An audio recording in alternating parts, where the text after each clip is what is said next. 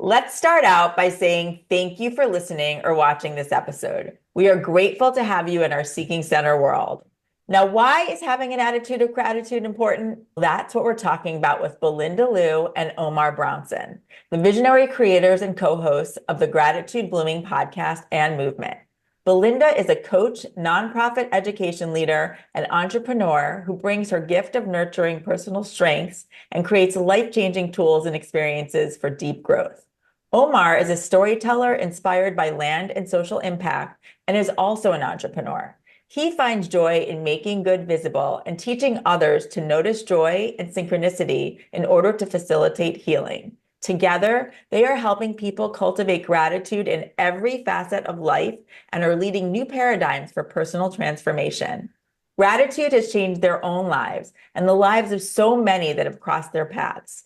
Gratitude has also changed my life and Karen's as well. Why is gratitude the secret ingredient to getting what you want? We're going to dig into this magical connection that you can have with yourself, others, and the world around you. Hi, Belinda. Hi, Omar. Hello, Robin. Hi, Hi. Karen.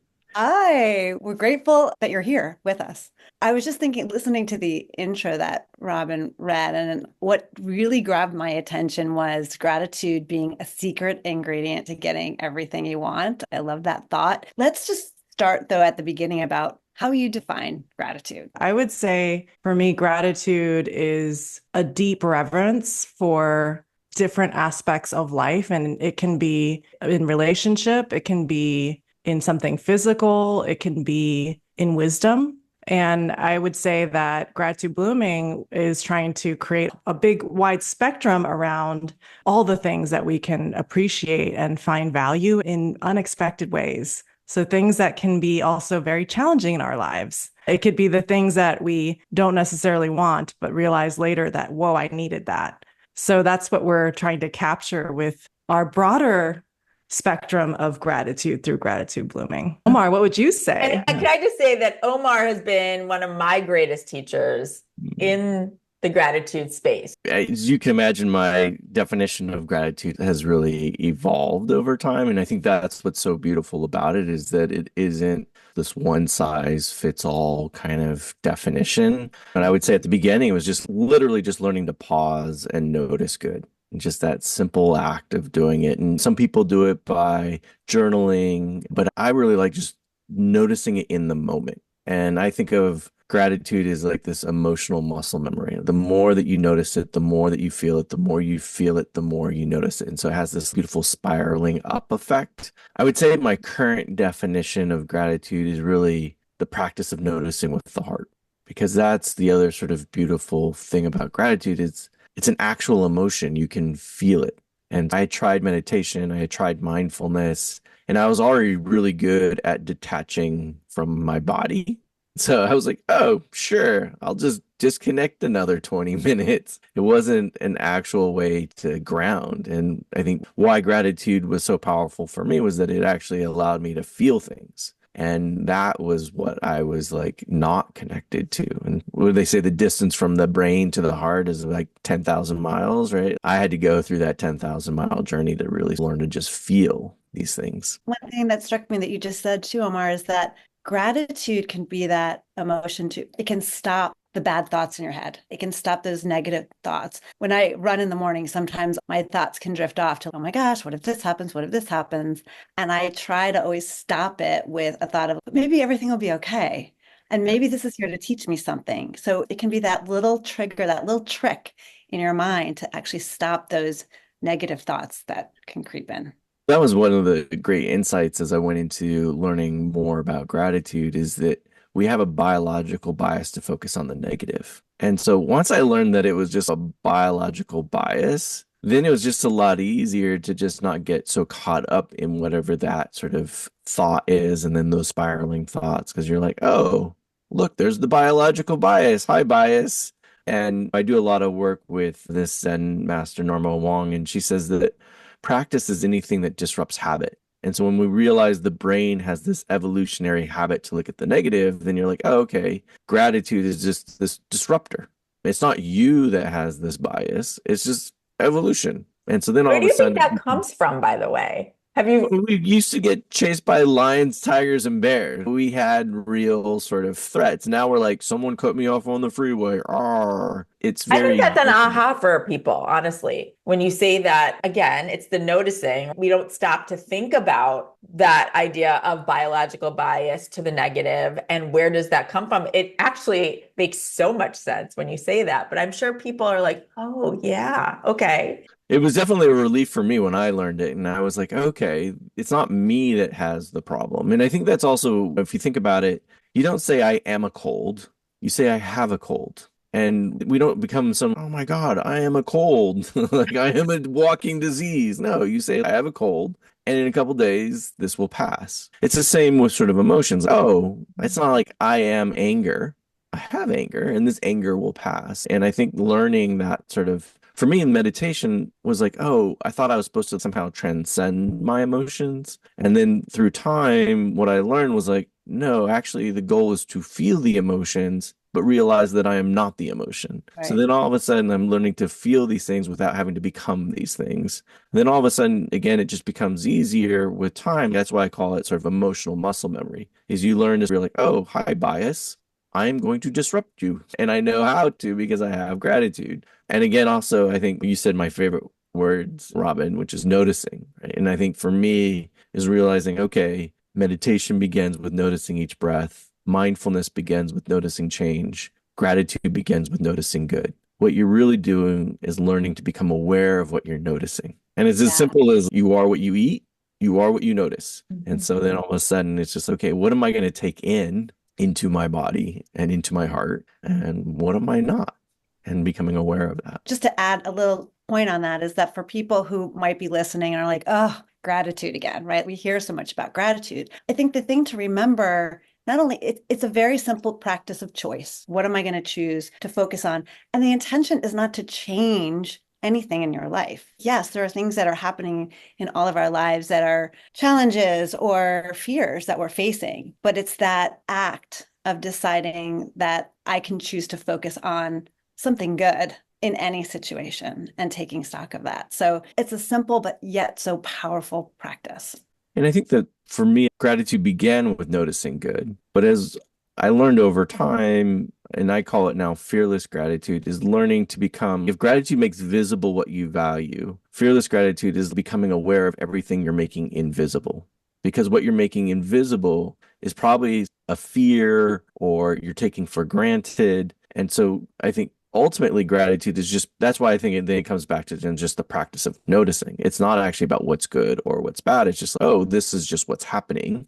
I am not all of these things. I can just observe these things and I can feel them. I'm not even detached. I'm like, oh, look, there is that feeling in here. And so I think gratitude is just the way to get you on. It's like an on-ramp to help you. And we know that just from like habit formation, it's easier to keep a habit going when it feels good. So gratitude is like, hey, we're going to start with you feeling good, but ultimately it's really about you just being aware of all your emotions in general. Since we're on this subject right now, I also want to bring up, how do you distinguish between that and then toxic positivity? I think it's everything that Omar just shared of noticing with the heart. Then there's no bias also towards appreciating what is actually good, right? Let's unpack that. Think Yes. about the times in your life when you really grew or when you made that courageous step that really led you on your path. Those are emotions that are very challenging that most people would probably want to avoid. But then when you look back over time, you realize, whoa, that thing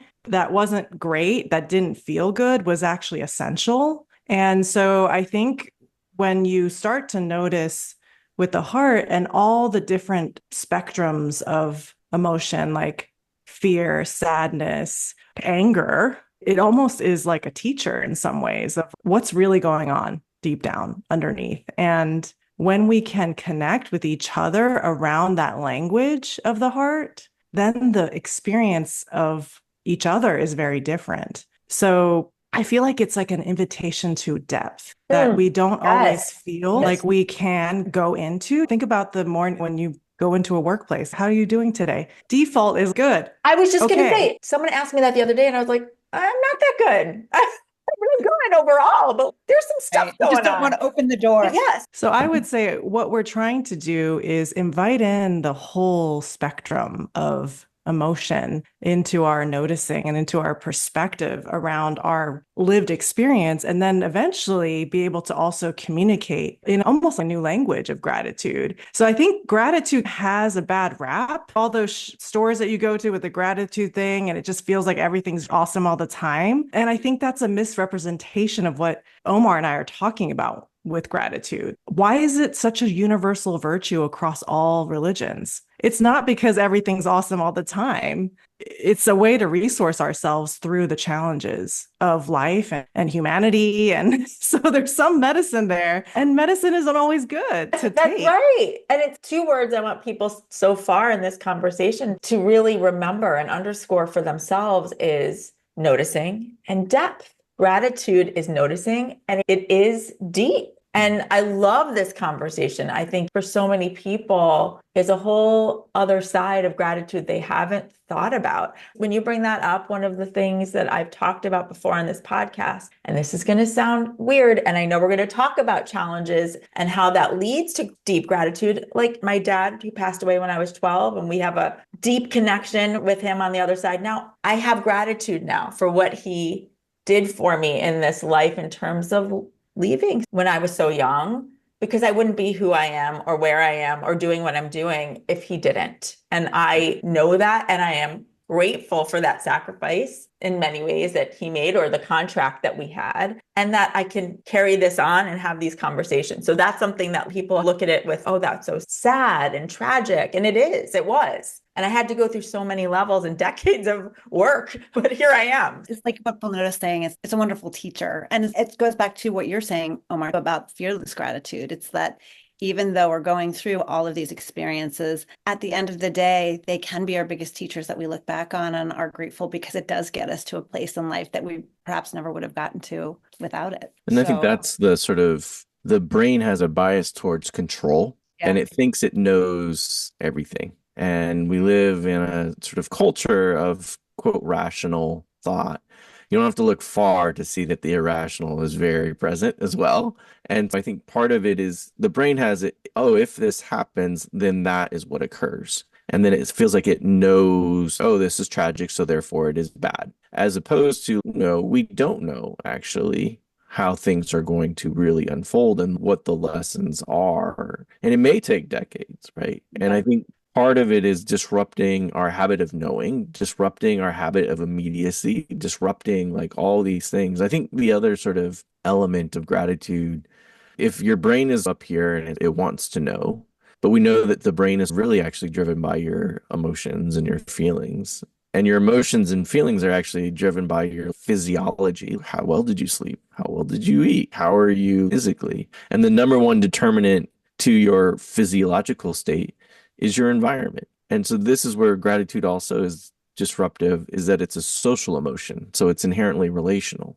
So if you are giving gratitude to others, you are shaping your environment, which then shapes your physiology, which shapes your emotions, which shapes then your thoughts. And I think recognizing these sort of relationships, and it's just my daughters last night, we were at dinner, they are teenagers, 14 and 16, so they're in it. And they're like, Dad, a lot of our friends don't actually have family dinner. And they were just really grateful that we had this time. And they're like, it's great that you have jobs that allow us to have dinner together. It's great that we have this time. And I feel like they're able to access that awareness because of the small practices, because we try to have family dinner every night. And then before we go to bed every night, we do prayers and gratitudes. And we've been doing them since they were, I don't know, 5, 7 years old. And I remember trying meditation with them when they were that age. And they're like, okay, take a breath in. Now feel the breath in your body, listen to it. And my youngest one was like, Daddy, my belly's not telling me anything. Listen to your belly. They just didn't get it.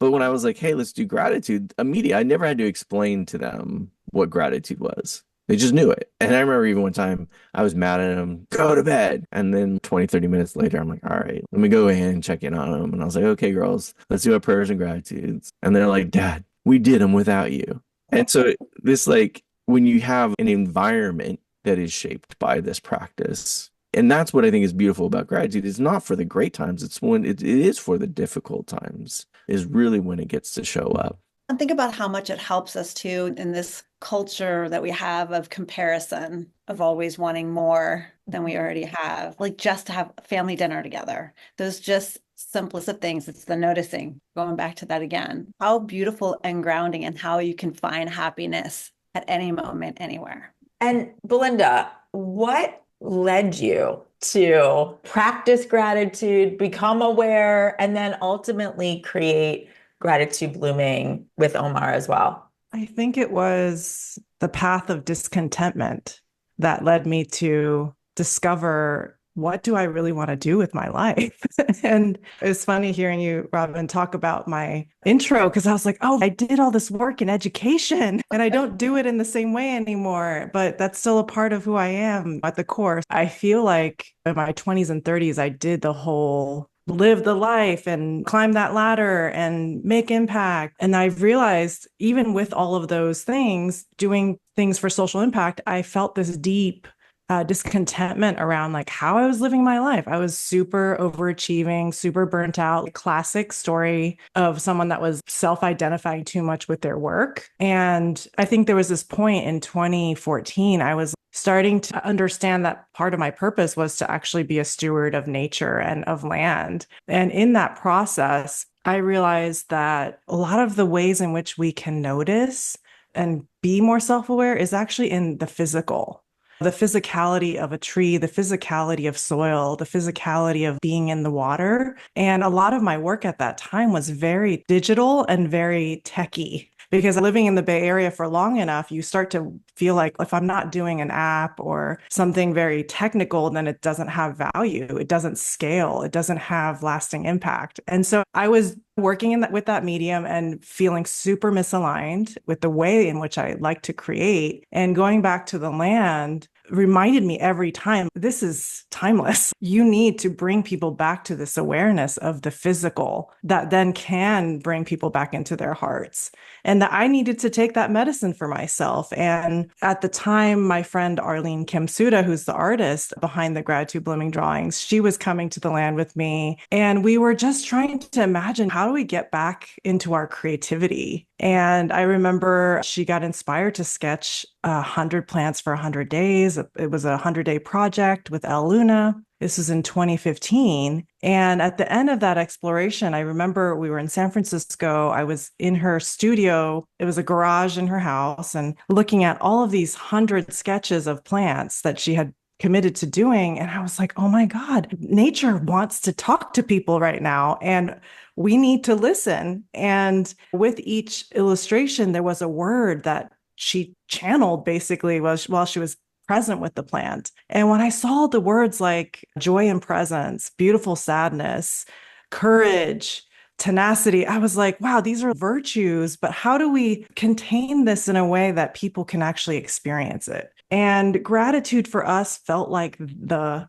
biggest container that we could hold for it, in a way that it could be accessible to anyone. It doesn't have a religious context. It's not only for the woo, it's for everyone. It's accepted. So we're like, let's pick the illustrations that really align with this feeling of gratitude or this sentiment of gratitude. But then what's the other? We can't just call this thing gratitude. And so we were playing with different words, and it felt like ultimately we're here to learn how to bloom over time. The last card in the Gratitude Blooming card deck is grace. The first card is forgiveness. And it feels like it almost takes a whole lifetime to go from forgiveness to grace, right? And then maybe, if we're lucky, we can feel that full bloom of ourselves and our potential and the whole spectrum of life. That is so beautiful. And you can feel that not only in your words, but in everything you're creating. The deck, which we'll have to pull a card before we end our podcast today, but also just in everything that you're doing in the podcast, in all of the sharing that you're doing. So what a beautiful concept for people to participate in. I do want to share the Omar piece of the story because Arlene and I, we started creating this. We're like, we're just doing it. We don't know where it's going to go. And so we make the card deck out of the illustrations.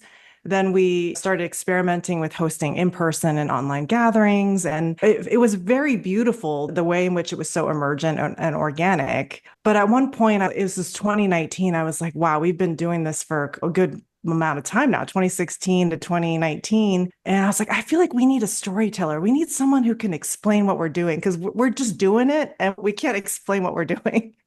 And so it was like December 2019, I'm setting New Year's resolutions and I'm like, I don't want to go at this alone anymore. Like Arlene and I were starting to feel like we were hitting the edge of what we could do. And I go on LinkedIn and I'm like, okay, who's creating stuff with gratitude? Everybody's talking about how grateful they are, but who's actually doing something to make it more of a practice in the world? And I found Omar among 5 other people on LinkedIn. And I was just like, okay, don't be attached, just write them, introduce yourself. And it was really beautiful the way Omar received that invitation because I just felt like he came with such a curiosity. Okay, I don't know this person. Sure, let's talk, let's learn from each other. And that's how we started, was really with a lot of curiosity and openness. And I was like, yeah, I'm curious what you're doing with your gratitude app. And we were critical friends for about a year, just sharing what we were doing in the gratitude world. And then 2020, we started to collaborate around these online gratitude circles where we hosted hundreds of circles for thousands of people. And I think that was the time where we were learning, how do we actually co-create together? How do we live gratitude blooming in a business? I had no idea that's how you met, by the way. I had heard about you, Belinda, because I was working with Omar when you must have reached out, but I didn't realize that the genesis was you were just like, let me see who's talking about gratitude and send them a note. And that is so not me on so many levels. Like all my friends are like, Wow. you did what? Because I'm very much an introvert. So I'm not one of those go get them people. Omar, what was your reaction when Belinda reached out? It was definitely game to just talk about gratitude. It's just Deepak Chopra has this thing where he talks about consciousness as this mountain that he's just gotten to climb and climb and climb. And that's how I feel about gratitude, is that there's so many crevices and views and valleys and directions that it can go. And so anyone who wants to talk about gratitude, I'm for it. But then finding someone who's also trying to be like entrepreneurial about it and really figure out like how to share gratitude beyond just journaling. And I think which is the predominant sort of way that people take gratitude in. And there's also a beauty in the fact that we've been talking more recently that the gratitude hasn't become yogified, right? Like you can't take a 200-hour course and become a certified gratitude teacher. So there's something wild about gratitude in some kind of way. We'd created the gratitude app and talk about that for what brought you to even, we mentioned that we met. I was helping work with you on the gratitude app that you created. And how did that even come to be in your life? Yeah, I came out of finance and real estate, and I was working on one of the largest green infrastructure projects in the country. I was working with Frank Gehry, the most famous architect in the world. And so on many levels, I was at the top of the mountain, but I was discontent, which is what the word that Belinda used. And my favorite quote around that is from Ralph Waldo Emerson. He said, discontent is the want of self-reliance, that we somehow don't feel we have the independence that we're seeking, that sort of sense of freedom. And so I started meditating and started practicing mindfulness. But it was really then the practice of gratitude that something shifted. And I was sharing the practice with Glenn Kino, a mutual friend, former head of digital of OWN, and let's go build something. And so we tried physical products and digital products. And somehow I came to a point where I realized I spent my career moving bricks and sticks, and what I really was being moved to was move hearts and minds. And so it was just really felt this shift to answer this call. And so even though it was leaving that top of the mountain for something very unknown, I felt like that's really what I was being called to do. And then another friend was, I'm investing. I was like, what? I'm not ready. And he's, well, get your docs in order. And so it just really snowballed. And I remember the day that because I was leading a nonprofit focus on the Los Angeles River, and the board voted in my successor. And I was like, oh, snap. I just gave away my job. And what am I doing? And 3 hours later, we confirmed a meeting with Oprah. And literally 3 days later, we were at her house in Montecito and we were getting to pitch the Queen of Gratitude, a gratitude app. And I even told her, I was like, today is World Gratitude Day. And she's like, what? It was like telling the Pope it was Christmas. It was like, yeah, this is the day.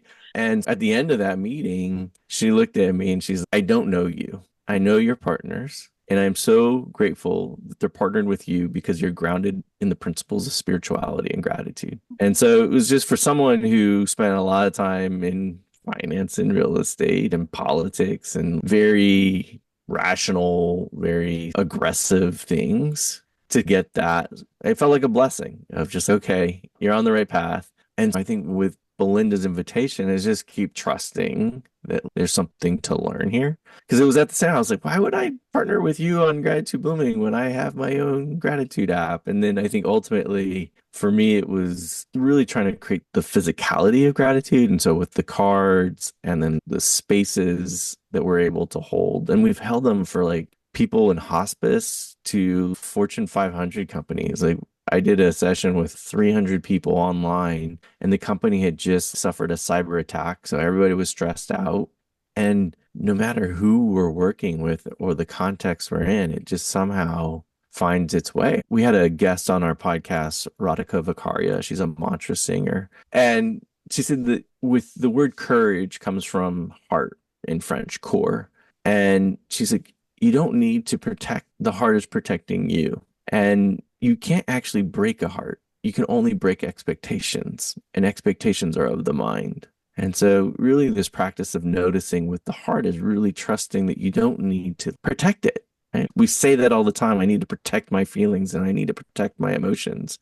When in reality, they're actually trying to protect you. And when you can shift that sort of perspective and you realize, okay, vulnerability doesn't have to be a scary thing. I can be open. I can share the highs and I can share the lows. It's what makes us human. And so that, I think, gift. And then all of a sudden, to Ralph Waldo Emerson's thing, we have that self-reliance. We can rely on ourselves in a very different kind of way because we actually are trusting ourselves. There's so much in what you just said. That's profound. Absolutely. It really is. I want to get to my favorite question that we put together, which is this whole idea about gratitude being that secret ingredient to getting what you want. Can you guys talk a little bit about that? Like, how does having gratitude amplify this ability to manifest goals by focusing on what you want rather than the lack of what you have? I'll just start by saying one of my favorite lines from Brene Brown is that the opposite of scarcity isn't abundance. The opposite of scarcity is enough. And so I think part of realizing like what is actually enough for you? Money. Okay. What is enough? What is it that you want to use money for? Is it to be able to go to a fancy restaurant? Is it to fly on a private jet? What is the actual thing that will make you happy? Because the reality is, even if you have lots of money, if you don't know what you want to use it for, then ultimately it is using you. And I think that's the truth for most of these things, is that if you don't know what you're doing, then it's going to be doing you. I would say that the other interesting thing about gratitude is in some ways it begins by giving. It's what are you giving thanks for? And if you think about it, if you're holding your fist like this, it's really hard to accept anything. Right? You actually have to open your hand and realize, oh, this is what I want, and then have your hand open to receive it. And so I would say, what do you really want? Because if that's what you really want, it might happen. And you're like, oh, snap, I didn't mean it like that. I wanted to feel a different way. I call it walk down a mountain. I was at the peak of a career that I knew everything I needed to know. But then I realized that there's so much more that I don't know, and I'm more curious about what I don't know than what I do. But walking down was crazy. Financially, it was crazy. The pandemic, it was crazy. Being back-to-back founder startup roles was like exhausting. But then at the same time, you look at it, we're taught as a society to climb. But where is the fertile soil?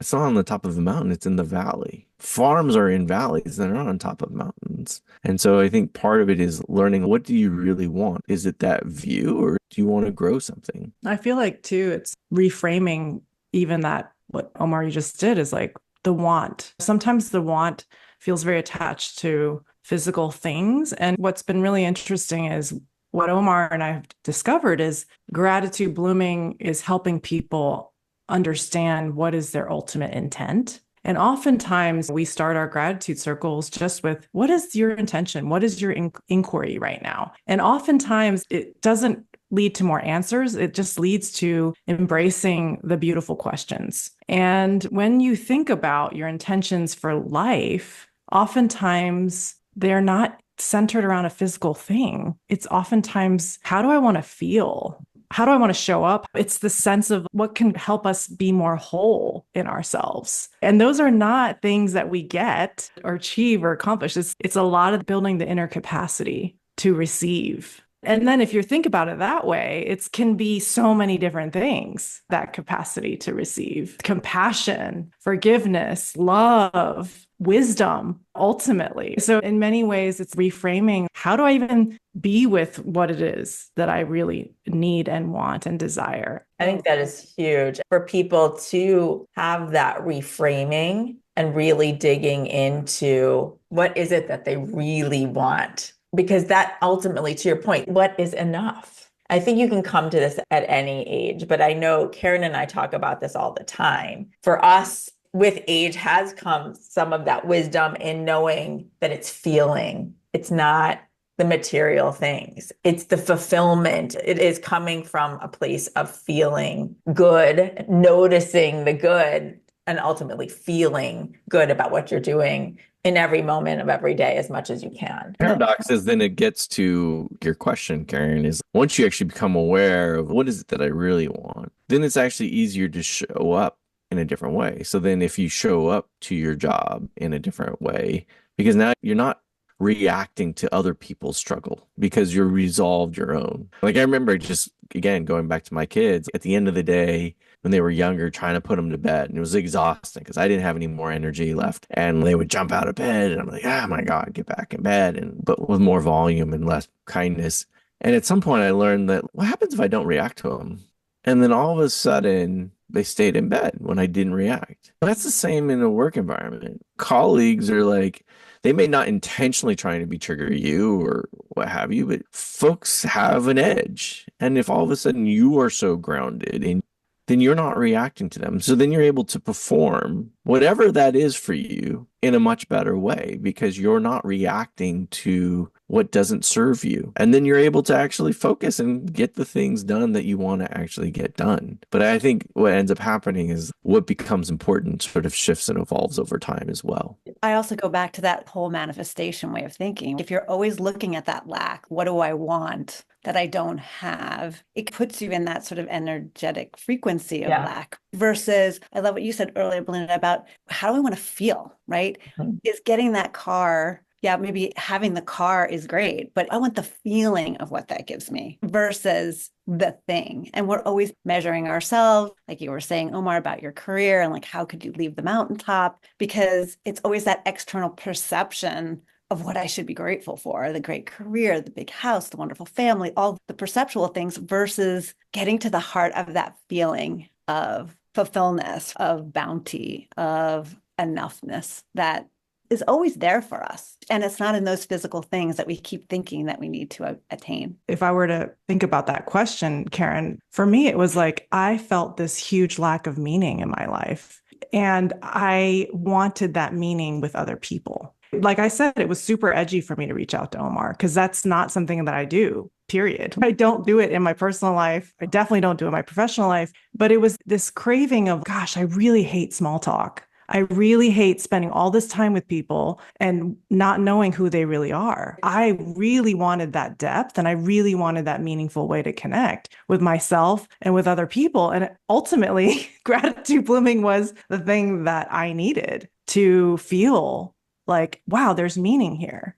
There's meaning in every moment that I can create. And there's words to that. There's nature to that. There's art to that. So yeah, it is interesting how we end up also creating the things that we feel like is missing in the world that we so desperately are looking for. And so I think that's the other thing that comes up around that question too. It's sometimes you just got to go and make it happen because it's just not there. And without realizing it at the time, I feel like you were following spirit and you were being guided. in many ways. And then it was that connection. It was the divine timing of all of it. And I really can't emphasize enough today how much you have, in my mind, really given gratitude, both of you, this idea of noticing in depth, and for people to look at gratitude differently. Because I think Karen said this at the beginning of our conversation, people hear gratitude all the time. They've been hearing about it. And it feels, as you were saying, Omar, and listen, I'm grateful to Oprah for being one of my first teachers in gratitude. And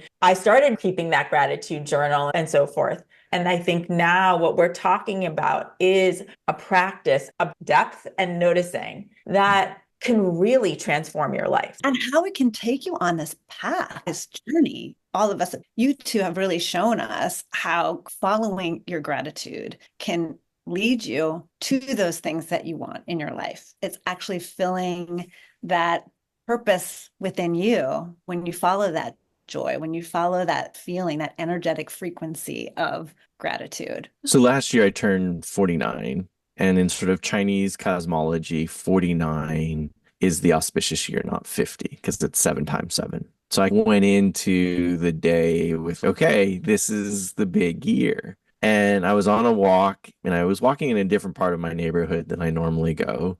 And I saw this mural on the wall, and it said, dream, believe, achieve. And I was like, yeah, that's what I've done in my life, right? Imagine something, figure it out, and make it happen. But I was like, two things came to me in that moment. And one was, what would it look like to dream, believe, receive? And then the other was, what's it look like to dream beyond what I can achieve? To not actually be limited by what I think I can achieve. And I'll just say everything has shifted. I've been on a sort of big move for a while, but this was even a big move within a big move. Because then all of a sudden, when you achieve, you're trying to like accomplish and acquire for you. And ironically, there's a limiting kind of factor in it.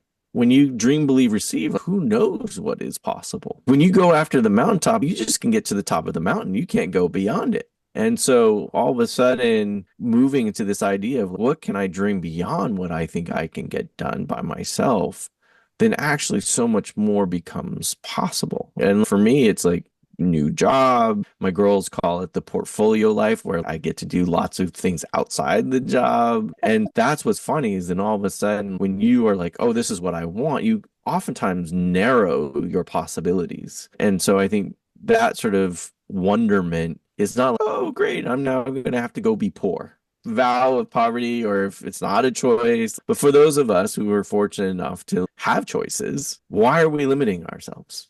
I would love for you to talk about the podcast and how that has blossomed. Yeah, the first season was just going through each of the 39 cards and reflecting on the art. We had the artist come share why did that word come to her in that moment. We dove into the etymology of the word and then any sort of like medicinal benefits of that particular plant. So it was really trying to unpack the cards and then use stories from the gratitude circles that we were holding to show what was happening in real life. The second season was more the interview format and inviting the different teachers, coaches, healers we've in our orbit, and again pulling a card with them and seeing how the different stories like this Radhika Vikarya, like this mantra singer, and how the word courage can really be unpacked in a different kind of way. And then this third season, we focused around empathy and democracy. And so it's just been beautiful. Again, gratitude is this thing that we get to just follow in a different sort of non-linear kind of way and just make it work for us. We know how hard it is to produce these things. And we went from producing one a week to twice a month to I think we're around more like once a month. And we're just making it work for us as opposed to feeling like, okay, we need to hit these metrics. And we're in the top 3% of podcasts. And I think we're consistently in the top 10 or so in search for gratitude. So it's working, but we're also not being bounded by it either. And I would say the story of gratitude blooming is one of, Robin, if I were to add a third word to your stack, it would be synchronicity. Because Omar and I, especially in the early days of our gratitude circle space holding, really inviting people to embrace mystery through synchronicity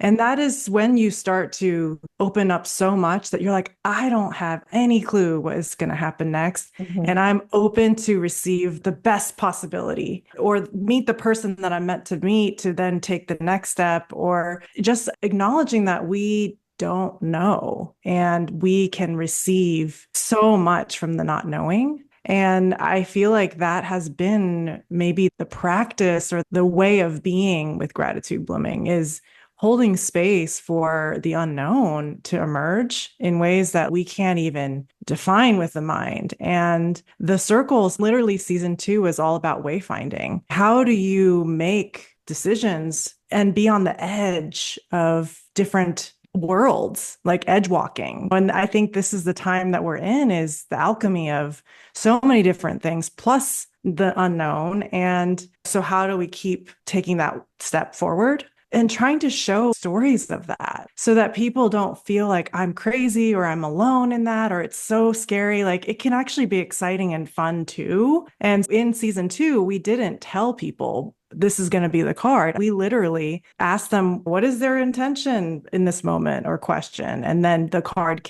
showed up. And every single time there was a reason why that card was present for them in that moment. So it very much is also kind of showing it, not telling what is possible. And that's something we want to continue to do, is how can we support people in that, make it feel a little less scary and invite more of that in. The synchronicity word is one of my favorite words. Look at how it's brought us together and how Seeking Center and Gratitude Blooming will be creating in the future together. And so thank you for using that word. It changes so much the energy around the expectation of everything. So rather than, again, going back and like, I don't have this yet, when is it going to happen? It's sitting back and just looking for that synchronicity to happen for you. It will bring it to you. It's allowing it to come. That's like that moving from achieving to receiving is actually trusting. That's huge in itself. Everything we're not taught. Let's set that intention and see what happens. And is that what we should do right now? You want to pick one card or you want to pick 2 cards? What do you want to do, Belinda?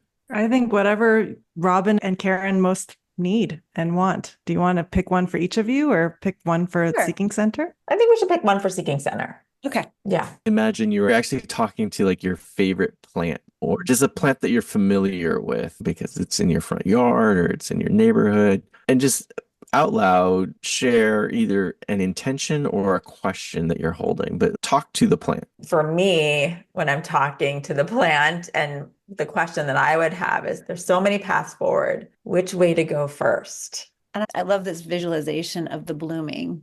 And what does Seeking Center actually need from us in order to fully bloom? So priority and bloom is what I'm hearing. Yes. All right. Priority and blooming. We can use the digital deck. So there's 7 rows, 6 columns. And like we said, practice is anything that disrupts habit.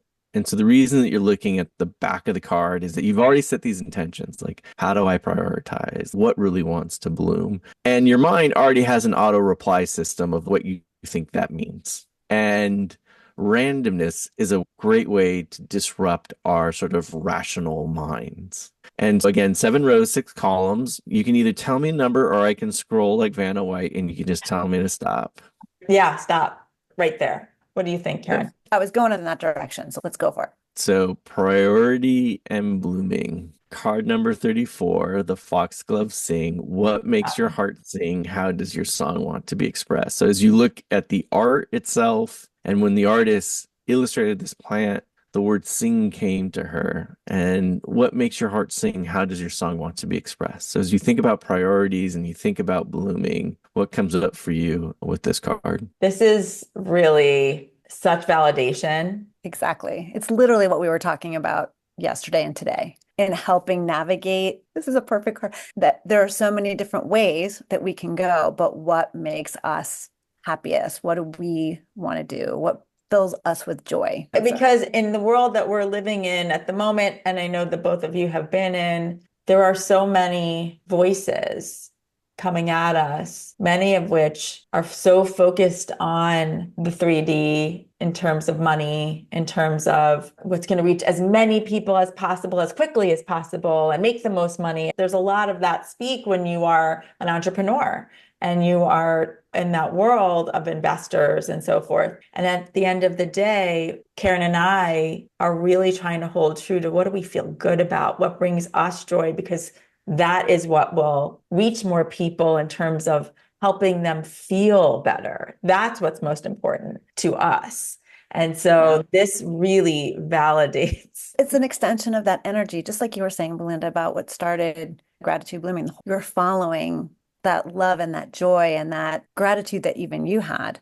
And Robin and I feel that all the time. We're grateful that we found each other in the first place and have brought together all these incredible people who have the same vision and energy behind bringing more spirituality, more understanding to the world when it needs it most. My heart's actually just feeling like it's singing right now, just with you guys. It brings you up so much to have this conversation around these words. I would just want to say for this card, when I look at the art itself, those petals look like speakers, like amplifiers.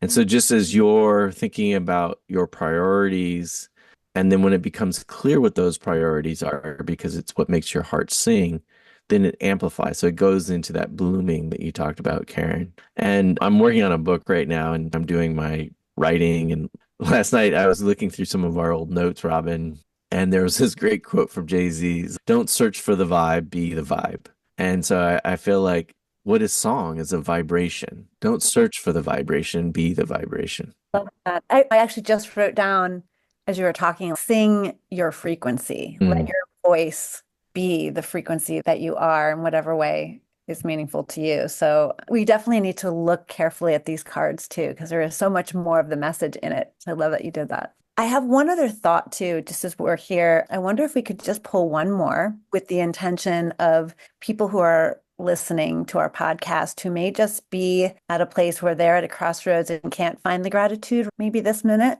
or might now be inspired to be looking for it as a result of our conversation. So I wonder if we could pull a card on their behalf. Yes. So for your listeners who may be going through something and like how to like maybe look at gratitude in a different kind of way, is there anything else you want to add to that? No, I think that's great. We're all going into this season right now of looking for the gratitude, and some of us may be challenged to finding it. But I think you've given us so many ways to really think about it differently. And so what card can inspire us all to follow that path? All right. I'll scroll and then you can tell me when to pause. I'm going to say stop. This is the card that caught my eye before. So it's the one all the way at the right, at the very end. Okay. And just adding, remember, talking to our favorite plant. And there's two ways you can look for the gratitude, but you can also let the gratitude look for you. So let's see. Card number 31, the gardenia, representing gentleness. Being kind to yourself and others can be a way to show gratitude. What would it look like to live with more gentleness? And for those that are listening, we're looking at gardenia with just simple line drawing. The petals are very architectural and it's the flower is in front. And then there's just like a couple of leaves sketched in the back. What comes up for you as you look at this card of gentleness with the intention you held for your listeners? I think it's just a perfect way to start. If you're challenged by gratitude, doing it in a way that's just small little steps and really looking at ourselves first. We're always telling ourselves we have to do more for others or be more for others, but really just being gentle and looking at the beauty that we all have, looking at ourselves first. What about you? Yeah, and allowing yourself to be, just be. Don't put so many expectations. I think what you just said, Karen, I think so many of us put so many expectations on ourselves. And it goes back to that whole enoughness, Omar, that you brought up too. And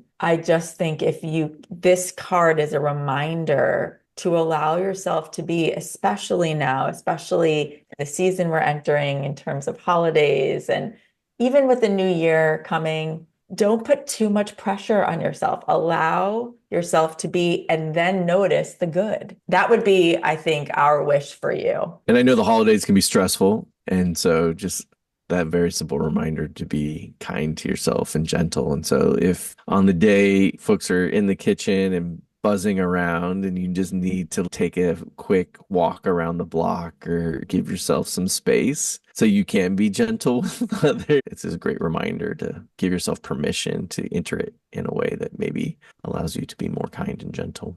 Thank Love you this. both so much for really giving people a completely different perspective on gratitude. I think this conversation couldn't be more perfect for right now on so many levels, and to really inspire people to start looking at gratitude differently today, right now.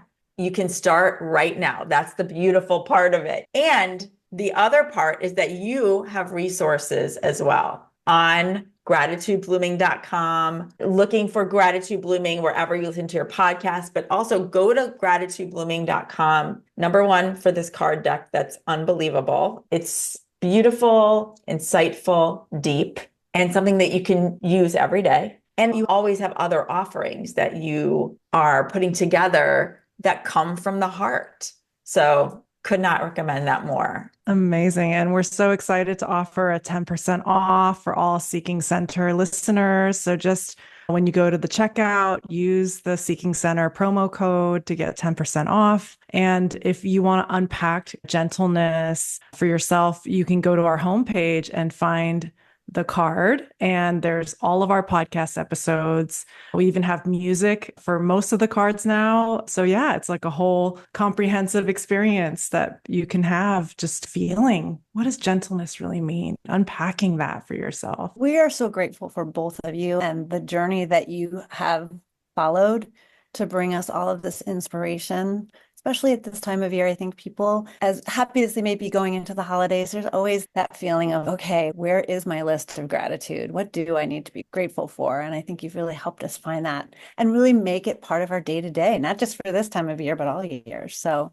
really grateful for both of you. Thanks so much for sharing. Yes, and so looking forward to all that's to come as we blossom together. Yes. Thank you. Be the vibe. Be Thank the vibe. you.